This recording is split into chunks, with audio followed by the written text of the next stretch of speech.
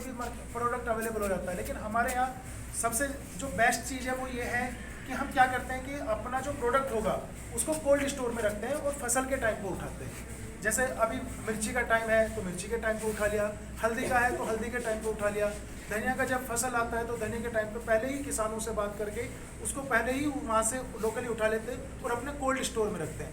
Cold store में रखने का रीज़न यही होता है कि उसकी जो गुणवत्ता है उसमें कोई फ़र्क नहीं पड़ना चाहिए। धनिया उसकी जो स्मेल आती है, अच्छी सी खुशबू जो आती है वो बनी रहनी चाहिए। हम उसका पाउडर बनाएंगे, पाउडर बनने के बाद भी आप देखेंगे तो उसकी खुशबू बरकरार होती है। ऐसे ही उन सारी चीज़ों का ध्यान रखते हुए ही हम कोल्ड स्टोर प्रोसेस को यूज़ करते हैं। अब मैं आपको यहाँ से एक चार्ट दिखेगा, उसके माध्यम से थोड़ा सा बताता हूँ।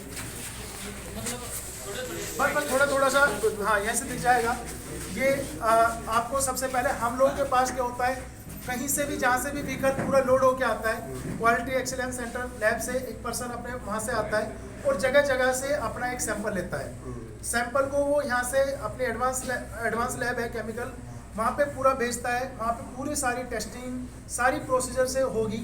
उसके पश्चात अगर उसको लगता है कि किसी भी पैरामीटर पे वो प्रोडक्ट ओके नहीं है तो ये पूरा व्हीकल रिजेक्ट हो जाता है। और अगर वो मटेरियल सभी पैरामीटर पे, हमारे जो निश्चित पैरामीटर होते हैं, एफएसएसआई की भी गाइडलाइंस होती हैं, उससे भी स्ट्रिक्ट हमारी गाइडलाइंस है, उस पर अगर खरा उतरता है उसके पश्चात ही हम उस मटेरियल को आगे कोल्ड स्टोरेज कंडीशन में रखते हैं। कोल्ड स्टोर में रखने के दौरान हम फिर वापस वहाँ पे भी एक समय अनुसार 15 दिन 7 दिन हर प्रोडक्ट को वापस से वेरीफाई करते हैं कि कोल्ड स्टोर में रखने के बाद भी किसी में कोई प्रॉब्लम तो नहीं आ रही है। ये भी चेक करते हैं। वहाँ का टेम्परेचर -डिग्री में होता है, सही टेम्परेचर सही गुणवत्ता को बनाए रखने के लिए रखा जाता है। यहाँ पे अब जितना हमको यहाँ से जैसे सिंपल सी बात है, अब हमने वहाँ पे तो टनों में मटेरियल रखा हुआ है, लेकिन यहाँ तो हमको 20 किलो पीसना है, 40 किलो पीसना है, 400 किलो पीसना है, जितना भी रिक्वायरमेंट अपने को होती है हम उतना मटेरियल कोल्ड स्टोर से उठा लेते हैं, लाके यहाँ पे जब ग्राइंड करते हैं। लेकिन ग्राइंड करने से पहले फिर वापस सोर्टिंग छटाई का प्रोसेस आता है, तो वापस वहाँ पे फिर से अपनी एक सोर्टिंग की मशीन लगी हुई है।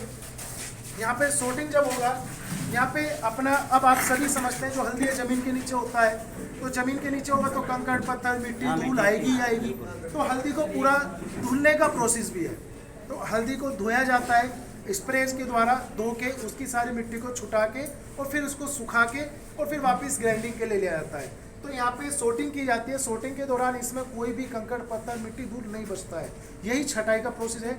प्रोसेस होने के पश्चात यहाँ से फिर क्वालिटी सैंपल लेता है, चेक करता है कि मटेरियल बिल्कुल पूरी तरह से साफ़ तो हो गया है। साफ़ होने के पश्चात फिर वो अपनी वापस ग्राइंडिंग यूनिट के लिए लेके जाता है, चक्की पर लेके आता है। कोल्ड प्रोसेस से हमारा पूरा पिसाई होता है, उसमें चक्की में जब हमारा मटेरियल ग्राइंडिंग होगा, ग्राइंडिंग के पश्चात जैसे ही हमें पाउडर फॉर्म में आएगा, पाउडर फॉर्म में आते ही हमारा मटेरियल यहाँ से आप पूरा हल्दी मिल गया हमको। हल्दी का फिर वापस सैंपल उठेगा और वापस क्वालिटी एक्सीलेंस सेंटर लैब में जाएगा, वहाँ फिर वापस चेक होगा। चेक ये इंश्योर किया जाएगा कि इस प्रोडक्ट में जो हमने पाउडर बनाया है उसके अंदर कर्क्यूमिन कंटेंट, स्टार्च कंटेंट, ये सारी चीज़ें बराबर तो हैं। वापस से चेक किया जाता है, कोई पिसाई के दौरान कोई हमारी ऐसी चीज़ है जो ख़राब तो नहीं हो रही है, पिसाई जो है बराबर तो हो रही है। वो सारी छन्नियों के द्वारा सीव करके उस प्रोडक्ट को अच्छे से चेक किया जाता है। चेक करने के पश्चात ही ये प्रोडक्ट आगे पैकिंग मशीन पे जाता है। तो पैकिंग मशीन पे जाएगा, फिर यहाँ पे बराबर उसका वज़न, सारी चीज़ों को बहुत अच्छे से देखा जाता है। वज़न देखने के पश्चात ही यहाँ पे उस मटेरियल को आगे हम बैग में भर के और पूरा सिलाई करके रखते हैं। अब वापस आपको मैं वापस दिखाऊंगा, अब आपको मशीनें समझ में आएंगी। धीरे धीरे धीरे धीरे स्टॉप। ऐसे ये मशीन चल रही है, आप इसे देखेंगे। आज विश्वकर्मा पूजा भी है तो आज मशीनों का दिन होता है, इंजीनियरिंग डे बोलते हैं, तो आज उसको माला भी लटकाया हुआ है। तो यहाँ पे जो ग्रीन बत्ती चल रही है आप देख रहे होंगे, ये मतलब हमारा कुछ भी इशू नहीं है, सही चल रहा है। जैसे वो येलो बत्ती जलती है मीन्स कोई हमारा वजन का इशू है। उन्होंने तुरंत चेक किया, वो एक एक वजन को एक एक पाउच का देखा जाता है। नीचे उसके पास तराजू रखा है, वो हर पैकेट को इस तरह से वजन कर करके चेक करते हैं, देख रहे होंगे इस तरह से। उसके बाद वो आगे बैग है वहाँ पे, और उधर जो एक छोटा सा होपर ऐसे तिकोने में लगा हुआ है, वहाँ हम मटेरियल को लोड करते हैं। मटेरियल को लोड करते हैं, यहाँ पे पूरा मटेरियल हमारा रहता है। यहाँ से मशीन अपने हिसाब से उठाती है और उसको पैक करती है। बराबर हमारा 100 ग्राम, 200 ग्राम, 500 ग्राम, 50 ग्राम, वो सभी उसके अकॉर्डिंग ही लेते हैं। तो ये पूरा प्रोसेस यहाँ पे होता है। कंप्लीट हाइजेनिक है, सब लोग मास्क, कैप, अपने शू कवर पहन के रहते हैं।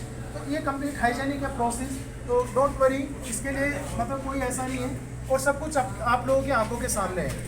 ठीक है, अभी आपका कोई सवाल हो तो मुझसे पूछ सकते हैं। किसी का कोई सवाल है भाई?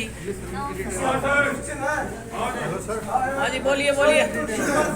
एक बोल रहा भाई को बताया गया इसमें बीज नहीं पिसता। आप सर थोड़ा साइड हो जाओ, उनको बीच दीजिए। सर एक मिनट, सर, एक यहाँ उधर के देखिए। इस लेवल पे ये मैंने रखा हुआ है दोबारा क्वेश्चन। यही देखने के लिए, क्योंकि देखो लाल मिर्च को हम ओपन एनवायरनमेंट में तो पीस नहीं सकते यहाँ पे, इसलिए पिसाई का यूनिट आपको दिखाई नहीं देगा। जबकि धनिया वहाँ पीछे पिस रहा है सर, वो जहाँ वो पर्सन्स खड़े हैं वो पीछे धनिया पिस रहा है वहाँ पे। ये इधर की तरफ आप देखेंगे, इधर वाली ट्रे में जो रखा है वो धनिया में आपने देखा होगा पीछे एक छोटी सी पूंछ होती है, वो वही वो पूरा वो भी कोई इवन इतना छोटा सा भी निकलता है सर, उसका भी हम यूज करने के बाद ये बीज निकाल दे हो। हाँ सर, ये क्या होता है कि मशीनें होती है, मशीन पे जब मिर्ची डालते हैं वो कट लगता है, कट लगते ही जो दाने होते हैं बिखर के नीचे आ जाते हैं, छन्नी ऐसे वाइब्रेट होती रहती है, तो पोर्ट जो होता है, जो केवल छिलका होता है ऊपर का, वो रहता है और आगे वो छन्ने के लिए, उसके पीसने के लिए चला जाता है। ये हमारा प्रोसेस है। और बताओ भाई। मतलब ये ऐसा है कि समय पर पूरा प्रोसीजर बताया जाता है कि जो डंठल और जो मशीन, जो हमारी पूरी मशीन है उसमें ऐसे शार्प एज होते हैं, वो ऐसे तोड़ते रहते हैं, क्योंकि मिर्ची तो पिसेगी ही अब, तो वो अपना बीज नीचे निकलता रहता है और अपना जो पोड़ है वो पिसाई के लिए रहता है। नाखून को भी मशीन नहीं तोड़ती। नहीं, नाखूनों से कुछ नहीं होता। अच्छा, वो पीछे का हाँ, वो डंठल तो तोड़ता है, मशीन तोड़ती है। हाँ, वो टूटता रहता है अपने आप ही, उतना हार्ड नहीं होता सर। सूख गया है ना।